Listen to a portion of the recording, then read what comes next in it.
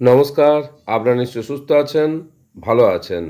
24/6/2026 তারিখে government of West বেঙ্গলের finance ডিপার্টমেন্টের অডিট ব্রাঞ্চের পক্ষ থেকে একটা মেমোরান্ডাম প্রকাশ করা হয়েছে, যার memo number 2291-FP2, dated 24 June 2026। এই মেমোরান্ডামে কি বলা আছে দেখে নেওয়া যাক।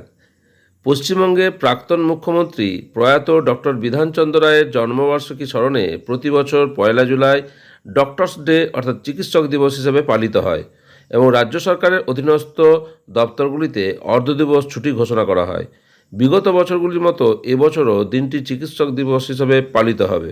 রাজ্যপালের আদেশক্রমে নিচের স্বাক্ষরকারীকে জানানো যাচ্ছে যে রাজ্যপাল সহৃদয় হয়ে ঘোষণা করছেন যে পশ্চিমবঙ্গের প্রাক্তন মুখ্যমন্ত্রী প্রয়াত ডক্টর বিধানচন্দ্র রায়ের জন্মদিন উপলক্ষে 1 জুলাই 2026 বুধবার দুপুর 2টোয় কলকাতার রেজিস্ট্রার অফ অ্যাসুরেন্স এবং কলকাতার কালেক্টর অফ স্ট্যাম্প রেভিনিউ এর কার্যালয় ব্যতীত পশ্চিমবঙ্গ সরকারের নিয়ন্ত্রণাধীন সমস্ত রাজ্য সরকারি কার্যালয়, শিক্ষা প্রতিষ্ঠান, নগর ও স্থানীয় সংস্থা, কর্পোরেশন, উদ্যোগ এবং অন্যান্য অনুদানপ্রাপ্ত প্রতিষ্ঠান বন্ধ থাকবে।